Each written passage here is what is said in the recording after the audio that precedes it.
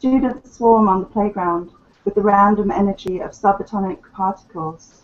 Jocks, ballerinas, and b-boys, pianists and gamers and punks and sluts, and the ones who like to trade stickers, bearing photos of themselves with music notes coming out of their ears. I open my UFO noodles. When I snap the chopsticks apart, I see a boy from Pixel's class heading towards me with his hands in his pockets. He stands in front of me, stealing my sunlight. They said you're her sister. So, why did she stop coming to school? She's sick. She is? Yeah, of your face. Be serious. I am. It makes her want to puke. Did she flunk? No. Is she knocked up? Go fuck your grandmother's ass. Is she? No, I say. No one really knows why she left. So what does she do all day? Works. Where? I shake my head. Will you give this to her? He says. He hands me a piece of paper, folded very small. I open it and smooth out the creases. You are crystal heart in glass body. I lick the red from your mouth. I give it back to him. What? His jaw is all pink. Do it again. Do it better. Better? Are you joking? This is cow cunt. All my friends said so. It's dog vomit. A bastard third grader could do better. You'll never get her with this. Oh, the dimples on his knuckles are like raw dough with holes drilled in it. Well, what's wrong with it? Where do I even start? You've written it in modern characters instead of classical. The tones are bullshit. It doesn't rhyme. Rhyming is so balls. Man, you don't know anything about poetry. The third line lexical cases don't match. Try crystal against, I don't know, cinnabar, something like that. Get the tones right, if nothing else. This is fucked. Okay, I'll try. She's different from when you knew her, I tell him, shading my eyes. Different how? I try to think of how to put it. Ever since Mother took a second job cleaning offices at night, Pixel does most of the tidying and all the food shopping, even though she's never around to eat any of it. Besides, she prefers to live on mile 7 and microwave dim sum from 7-Eleven. Father cooks, and Pixel washes clothes, and it's my job to hang everything on bamboo poles and poke them out the window to dry. Pixel never wants to pick Father up from chemo. She says she can't stand the smell. It's quite a weird excuse, considering the hospital smells exactly like where she works. She's a body piercer. Every time I see her, she has more and more shiny metal nubs poking through her skin. Once I woke up in the middle of the night. I wasn't sure, but I thought I saw her moving through the darkness, her silver points forming a constellation. A plane passed overhead, flooding the place in light. She looked plastic and eternal, like doll skin. I waved, and she came over and climbed into my bed. When she hugged me, her hair smelled like a magazine. She told me she'd been to a club where people danced to sound effects from 1980s arcade games. I asked her if she'd dance. She said she never dances. She has long white legs so smooth you can't see her knees, and a small face like a glutinous dumpling. When she smiles, her cheeks reach up, and little dents appear at the tops. You get kind of addicted to looking at them, and you'll do just about anything to make them come back. It's hard to explain. I mean, if anyone should be bored of them, it's me, but I'm a sucker like everyone else. Just in case you think this is my way of telling you I'm also gorgeous, or will be someday.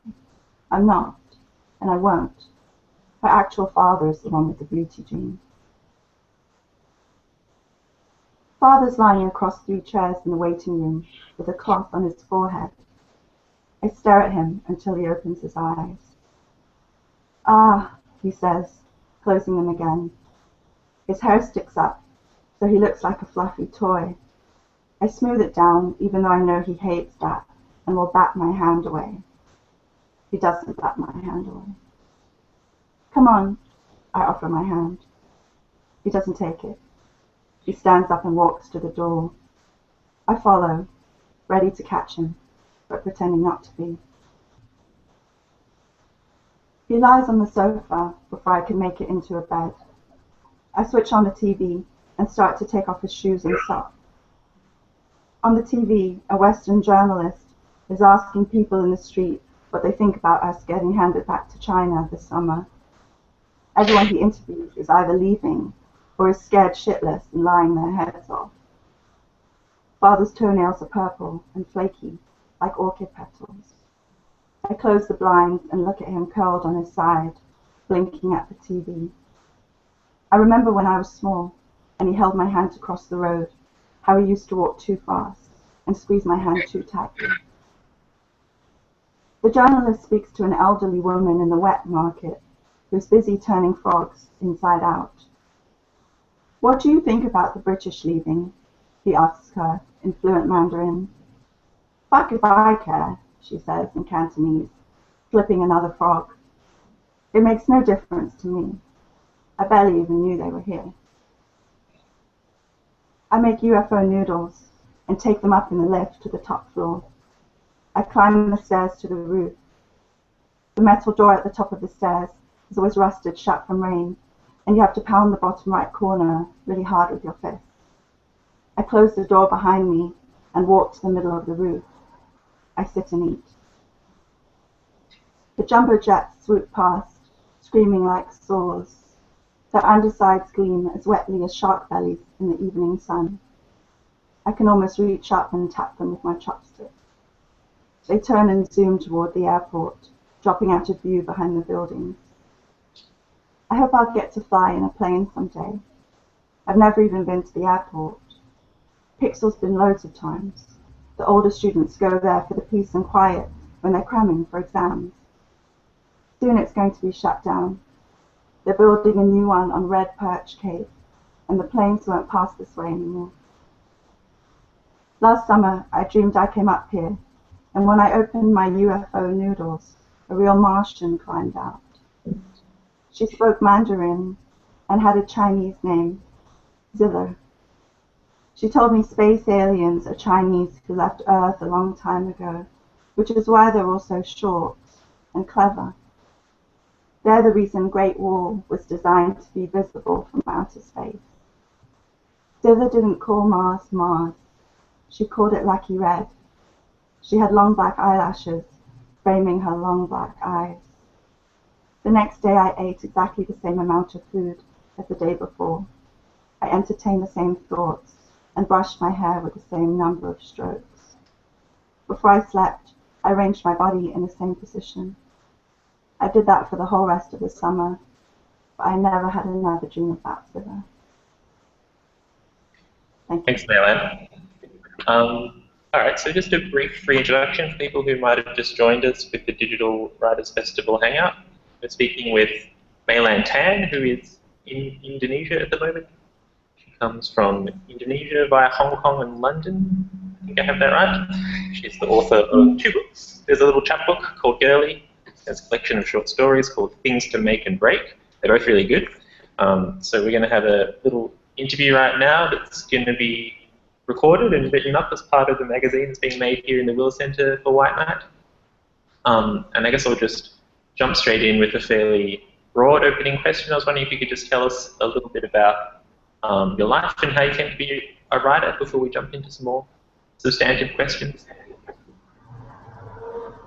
I trained as a visual artist before I became a writer. So I went to art school at Goldsmiths in London, and I made a lot of different art. I made tapes on which I talked over pop songs with dialogues that I felt were more honest than the pop songs. I made soft sculptures, costumes, films in which I wore the costumes, animated films where I drew pictures and filmed them in the way that I would like people to look at the pictures. So I was controlling the way your eye moved across the page. I just played really for 3 or 4 years. And then after I graduated, I wrote a book quite quickly, in about a month, I think. And then I realized that this is probably what I should be doing. It was definitely what I wanted to do, and really what I should be doing. Do you think there's much of a continuity between you doing as a visual artist and your writing, in terms of like your broader interests there? I think they definitely inform each other. And I think that art pretends that there are no words a lot of the time. And when you make art for years and years, you have an accumulation of language that builds up, and then you need to do something with all of that language. Yeah. I wanted to ask you about prose style in your works, which is something that I'm always really interested in talking to writers about, but I'm never sure of the best way to articulate the question. So the first thing of yours that I read was the first story in Girly, which is called Pacific. And you're writing in a kind of, I guess it's imperative second person, a lot of yous, and you're kind of in this commanding kind of tone. And I think it's a really tightly written story and really propulsive. But every now and then it kind of, these kind of special lines popped out for me. I think you have one in particular where you write, protagonist is with a young man, you write, peel off your clothes, the bodies will fit, and your eye beams clash like lightsabers. And I think that's a really cool line.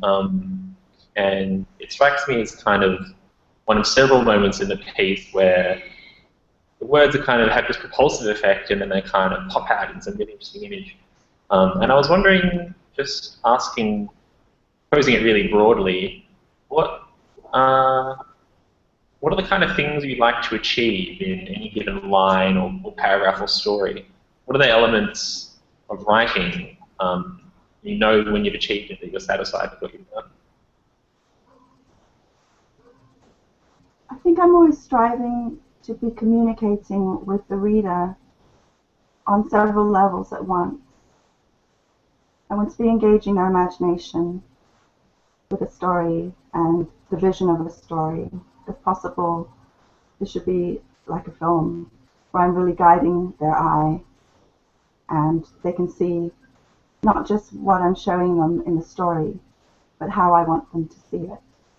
So there's sometimes jump cuts or panning, or I'll zoom in, and I feel like that's something that people understand, because the way that we live and experience things is so influenced by the visual culture that we take in every day.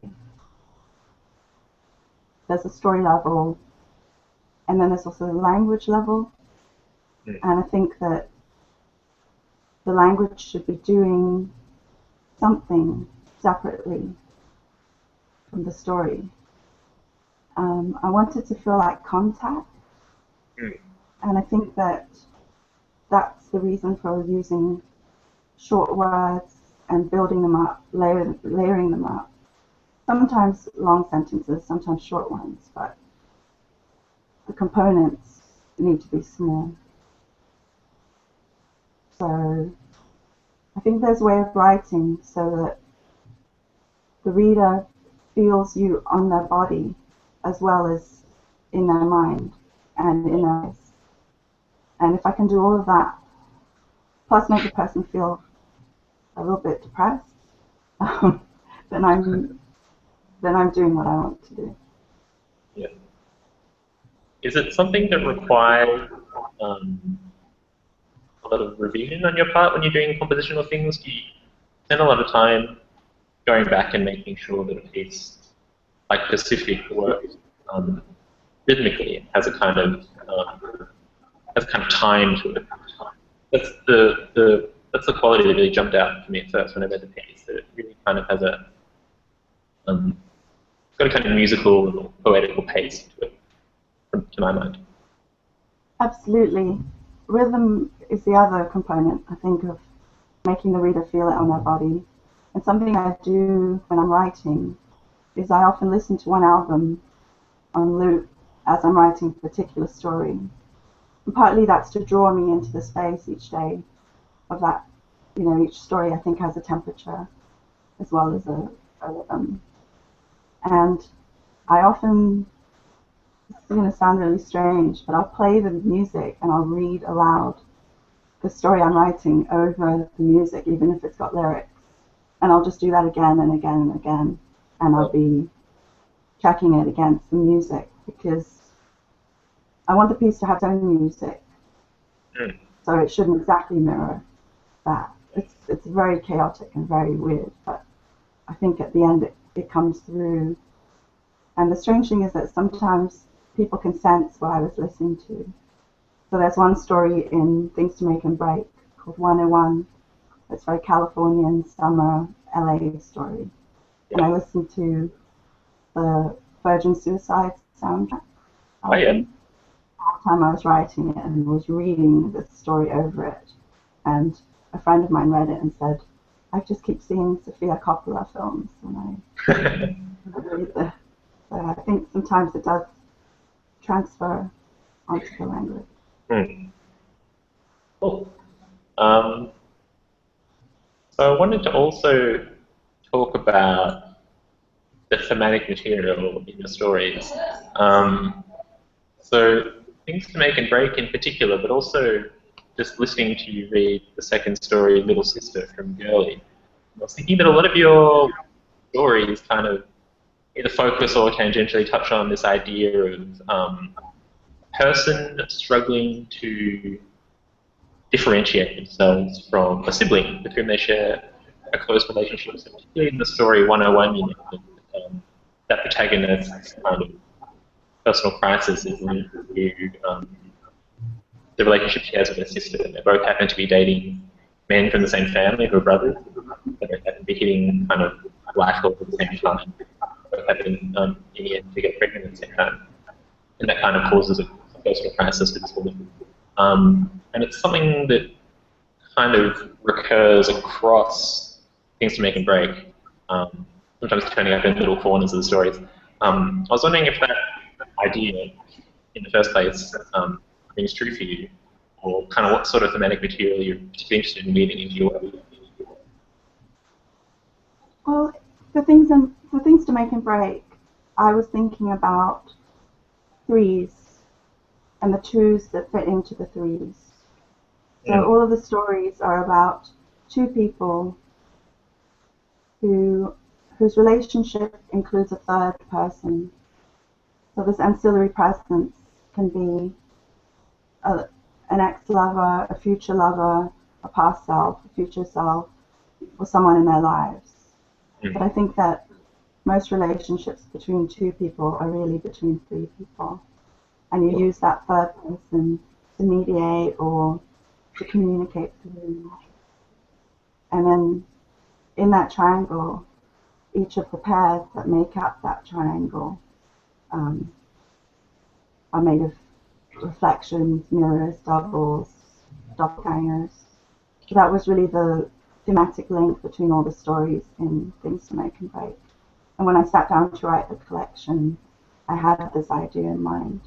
And I thought of 11 situations where this could be. I mean, when I begin a story, I don't begin with the story, I begin with a relationship. So I always think, what if there was this person and then there was this other person? And for me, that's where it begins. Right. Some kind of kink in the relationship, something that it's either a bend or something that a crux that they pivot on, or some kind of awkward connection between two people. That's where it begins. All right. So with the next book, I wouldn't be doing doubles and triples. It's not an ongoing obsession. It was just the preoccupation for this book. Yeah. I was sort of wondering if it was an acknowledgement accidentally springing up in your mind during this writing story. But it's interesting that it was a specific thing that you sat down and wrote to. Is that the case for Girly as well? You kind of had a specific concept in mind before you sat down to map out the story? I'm sorry, can you repeat the question and speak a bit slower? The connection's a bit... Sorry then. Yeah, I was just thinking about that you sat down with that particular threes and into threes in mind when you were writing things to make and break. So I guess I'm wondering whether if that's kind of a self-conscious approach that you take to all your work, whether you sat down with a particular idea in mind for Girly, whether that's something that you did also in your early visual arts practices. Yeah, I think that my writing practice is very influenced by the way I was trained as an artist. Before I set out to write something, I usually write a manifesto, and that's something that artists do. I'm not sure that writers always do that. So I always have primary ambitions that I want to achieve, as well as certain limitations, conceptual limitations that I'll set out for myself. I'm sure most writers do that, but maybe not map it out in that way. But it is always something that preoccupies me at the time. So the doubles theme was something that was really interesting to me at the time. And I was thinking a lot then about how all of human existence is about the distance between you and other people and trying to cross that rift. And all the pleasure and pain is in human life. It's about feeling that distance and then trying to feel it. But I'm over it now, and I'm writing writing about other stuff. I wanted to ask also about your work deals with a lot of sexual situations, which can be a complicated thing to communicate in prose and also have people read. And I was wondering what your whether you set yourself any special rules or goals when you're trying to communicate things of that nature, whether there's like how you know when that something has been communicated successfully, or whether you have, if you were to tell someone, give them advice on writing about sex, what sort of rules you might offer them? I think that when I'm writing about sex, the rule book and the manifesto go out the window because it's too difficult to negotiate with all the other stuff. So when it comes to writing about that, I usually just think, what would the character do? How can the scene serve the characters? Who holds the power? Who wants the power? And also I try to write a scene that I would want to read, that I would find interesting, and that I wouldn't find too empty, or I try to make it have depth. So when I was thinking about asking you that question, I was originally planning to phrase it like, how would you tell someone, how to write about sex without, being called out about it or being nominated for a bad sex award? And then I saw that video on your website where you actually were nominated for that ridiculous literary reviews bad sex in literature or bad sex in fiction award, which completely solidified for me the total absurdity of that award existing. And I really hate it a lot. And I just wanted to ask you what that was like to be nominated for that. What you think about the existence of the award in general. I thought it was really funny. I think it's funny that the award exists, and I think that the way that I think about sex is very different from the way that a lot of other people think about it. Yeah. So when I wrote the book, I expected, first of all, I expected nobody to read the book, but I thought that if anyone did read the book, that I'd probably be nominated. So I wasn't that surprised. I think that I think you have to take risks, and I see it as a sign that I took risks. If anybody had a problem with the way the scenes were written, then I feel like I was doing it right. So to write a sex scene that's completely inoffensive, you would be doing something wrong, I think. Right. But I'm proud of it. Yeah. I can never tell how seriously that award is taken. I see a lot of coverage of it in like English newspapers, or particularly on The Guardian online. It seems to be this weirdly storm in a teacup style media sensation where this small group of people kind of cherry pick out these little sentences from kind of normally quite well-reviewed books and open them up to scrutiny. People who have no idea what they're reading and what they're encountering. The whole kind of inviting the newspaper readership to have a little giggle about the idea of sex in literature in general, which seems really inappropriate to me. Well, I think that what really makes sex sexy is character and story and plot. And even the cheapest porno has, you know, they make this story about the pizza delivery guy or whatever coming over, because even they know that the story is what makes it sexy. That's what makes it erotic. So I think that with my sex scenes, the sex scene itself might not be that sexy, but what makes it erotic is the way that the characters are connected to one another. So when the literary review takes the scene out of context and strips it of the character and the plot, I think they're the real pornographers. Yeah. And I think we might be almost out of time. Okay, so I'll just ask another question. I was interested to see on your bio on your website that you've been involved with the Marina Abramovic Institute, and I was just kind of wondering what that's like and what you're doing there, and the whole concept of that seems quite interesting to me. Well, so far I've done one performance piece with a writer that's actually speaking with Zoe later tonight, which is Chelsea Hodson. And we did a performance, a durational performance, where we spent 6 hours in a hotel room in New York, mirroring one another. And it's something that speaks to both of our work. So for me, it was about power, it was about doubling, twins, and connections. And her work deals with a lot of the same themes. So I was the original, and Chelsea was the shadow. And everything I did, she would mirror me, but she would try to do it at the same time that I did it.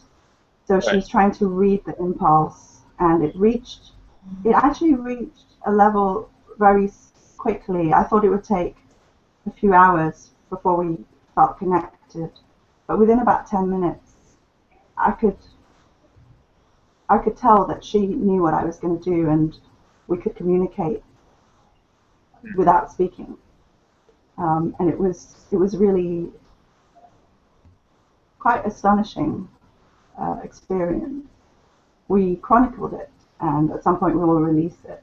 So at regular intervals, we went and wrote little diaries about how it felt to be in this experience and to make this connection. So I thought it was really interesting because a lot of performance artists, or just because we aren't, we're not really dancers or anything like that, and a lot of this was to do with movement and dance. So that was really interesting, being sort of out of our depth in a way. But we learned a lot from it, and it was amazing that we could write something, and afterwards when we went back and read it, it was I didn't remember writing it. It's really hard to talk about, but it was really quite magical. Cool.